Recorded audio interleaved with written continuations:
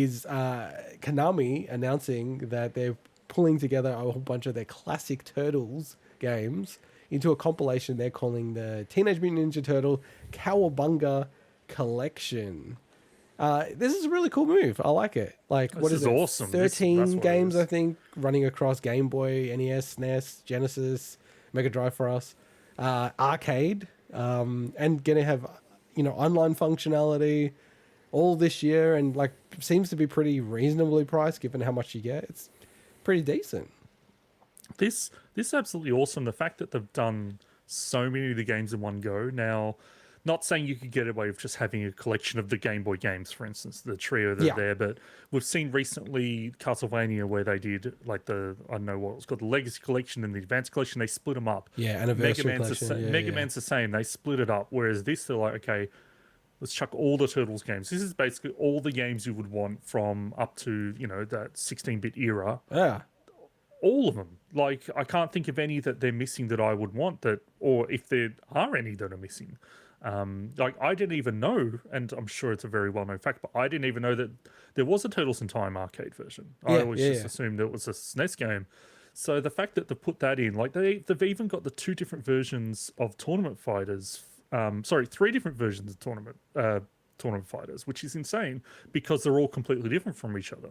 Well, I've never played the Genesis version, but I've always meant to try it because I was such a fan of the SNES one. Yeah. But yeah, this is amazing. Like, I love this collection. Just like the Hyperstone Heist specifically is probably my favorite Turtles game, and I never had a Mega Drive, but I remember renting out a Mega Drive when I was on a holiday somewhere, and I just played that game nonstop. And I actually like that game more than Turtles in Time. So Really? yeah, Hyperstone Heist, I love that I game know so that's much. very highly rated, but I think it's just Turtles in something about Time's really good as well. Oh, Turtles in Time is great, but I think Hyperstone Heist, I just loved like the levels more. Yeah. So it kind of that's why that game's much more. I hold that one much more fondly. Yeah, But yeah. they've even got like lots of Japanese variants in there of these games, region variants like they did for Contra. Just note that like this is Digital Eclipse, the same mob that does all those collections like Castlevania. Like they're so prolific. Like you look at any collection recently of these classic games, it's probably Digital Eclipse that's bloody done it. With And it's them kind of or wild. M2 are the other ones that are like really well renowned. So Well, so like they did Castlevania, they did Contra. Now they're Konami, that makes sense. This is Konami, but they also did the Mega Man, Aladdin, Lion King ones. yeah.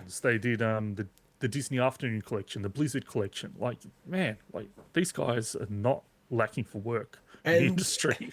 and this is where it actually, speaking of Nintendo, it puts Nintendo to shame that they're including a museum mode with this, and they usually do this with these collections where they have sketches and art and lots of other stuff. I think that's awesome. Like, to me, I hate when, with what Nintendo did with Super Mario 64, Galaxy, and Sunshine, and just to be kind of like, here's the selection of the games. I'm like, they must have so much cool shit that they've never showed anyone. It's Nintendo. They saved Yeah. everything.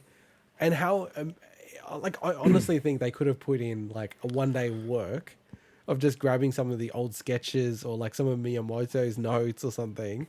And that's all they had. The bar is so low with Nintendo with that stuff. I know. They could have done that and people would have lost their shit, right?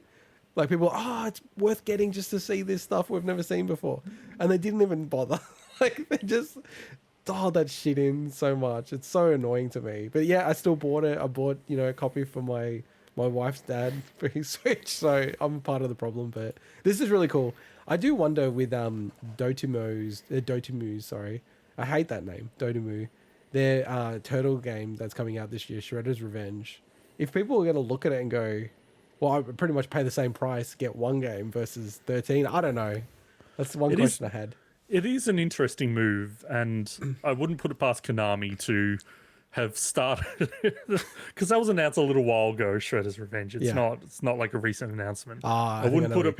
I wouldn't put it past Konami to be like, well, let's beat them to the post. Or I actually don't. We don't know release date of this one. So, but yeah, no, it's true because look, Shredder's Revenge is probably going to have a lot of extra modes and stuff in it, but you're getting so many cool beat 'em ups. Turtles beat 'em ups in this one package. It's kind of wild. Surely, like the IP holders are all like in on it. So I don't know. I have no idea. It's been an awesome resurgence of beat 'em ups. Like I think in this era of like people feeling like every game needs to give you 80 to 100 hours of Mm. gameplay value, like I'm actually glad that stuff like Streets of Rage 4 is popular and getting more popular, and they're more tight, 3 to 5 hours experiences, which is cool. Mm. All right, let's move on to another highlight from us on the state of play, which was